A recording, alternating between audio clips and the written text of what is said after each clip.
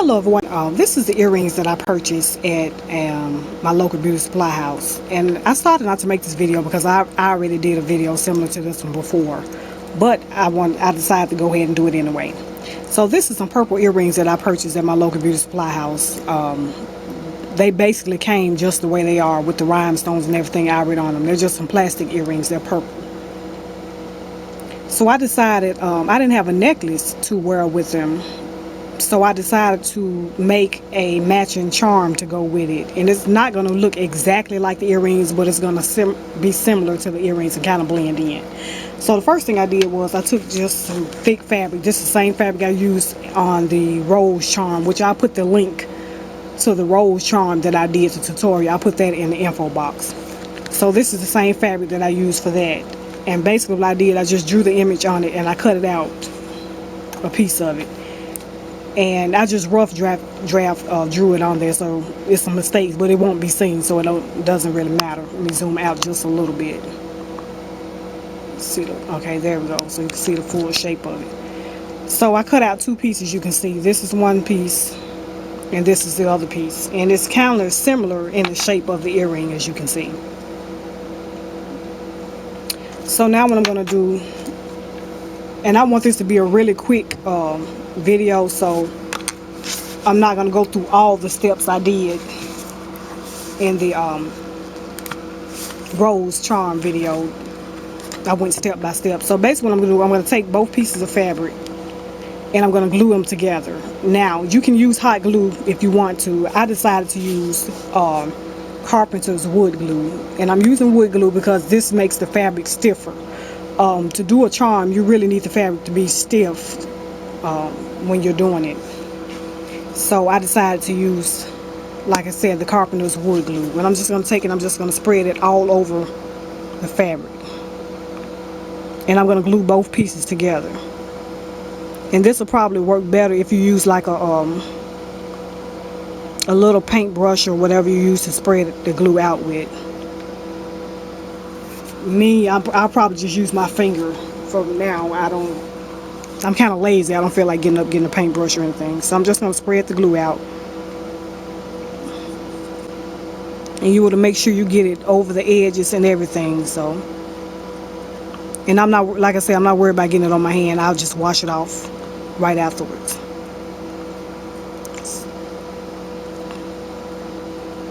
And I'm going to put a little more on there.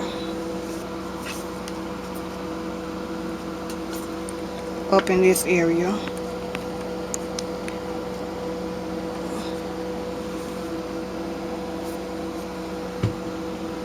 And spread it out.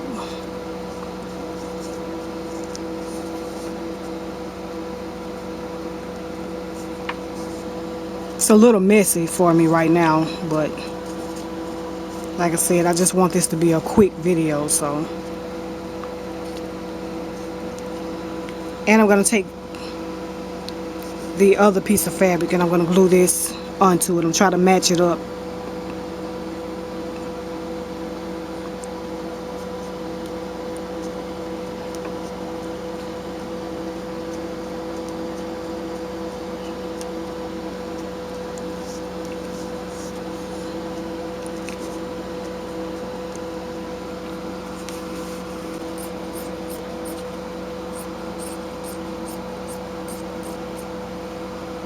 Okay, so next I have some purple fabric. This is what it looks like. It's just an old piece of fabric that I had.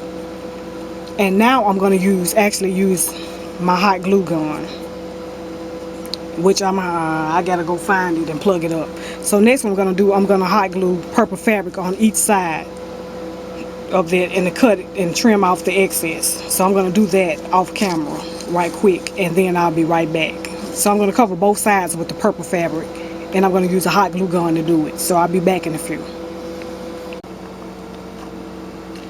Okay, as you can see, I glued the fabric to one side. And I glued to the other side as well. And I left it a little larger on the opposite side, this side that I glued it down on. So I left it larger on that side. And the other side I cut it to the shape. So what I'm going to do now, I'm going to cut little slits. Little notches rather in the fabric all the way around it.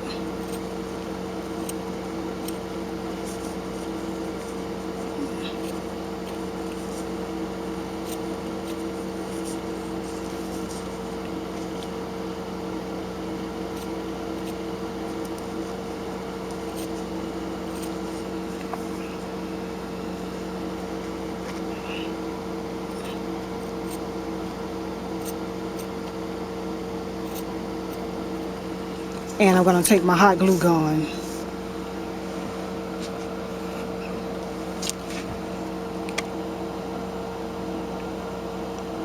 and add a little glue around the edges of it like that.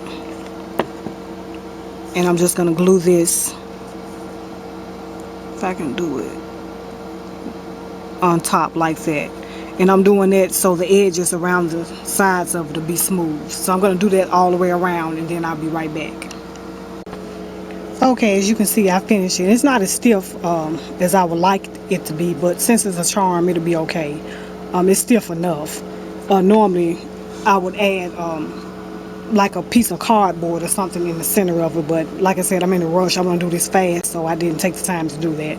But it'll be fine. So this is the side of the necklace that'll be against your skin here. So I wanted to get this side really neat so it'll look finished. So that's the way it looks on this side. This is the side that I'll be rhinestoning all of this. So the first thing I want to do is punch a hole in it, which I already have the needle sticking in there already. I'm just going to pull it the rest of the way through with some pliers. And this is a sewing machine needle that I'm using. And I'm twisting it as I do it so to kind of stretch the hole so to be wide enough for me to stick the little ring through. So the next thing I'm going to do, I'm going to stick this ring through it and close it up. And I'm just going to hang this on the, when I wear it, I'm going to put it on the same type of wire necklace that I had the last time.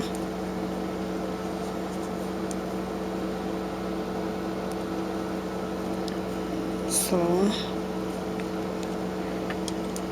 and I don't know where my other pliers are, so I'm just going to use a fingernail clipper to hold this.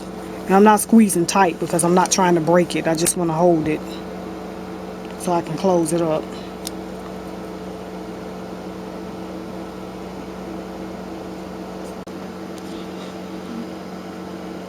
Okay, so I have the ring in there, as you can see, and this is where it attached to the necklace.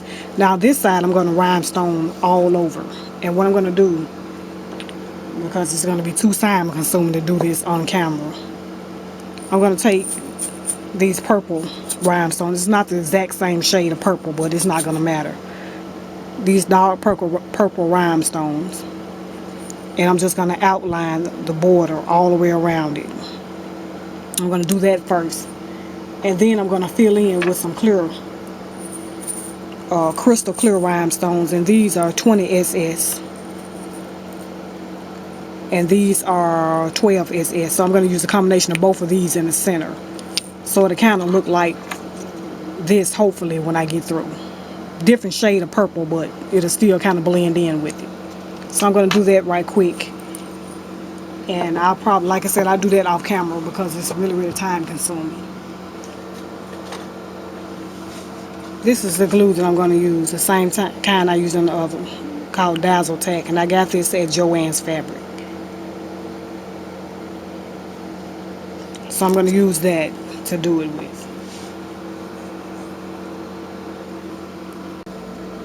Okay, so I went around it and outlined it with the dark purple rhinestone. So the next thing I'm going to do, I'm going to take some 20 SS crystal clear rhinestones, and I'm going to fill in the center of it with that.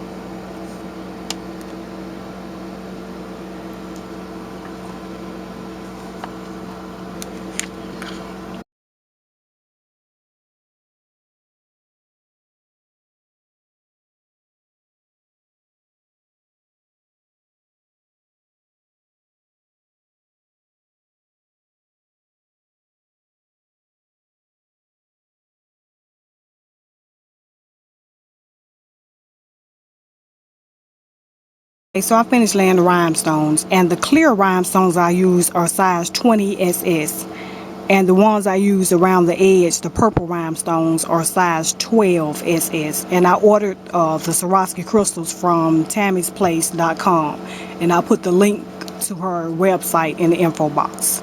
So this is the way it came out. I can't try it on because it's still wet. I'm going to leave it laying flat to dry. But this is where I got the inspiration from to do the charm. It's from the necklace. As you can see, it's not the same shade of purple, but I think when I wear it, it'll blend in pretty well with the earrings. It won't be that noticeable that it's different.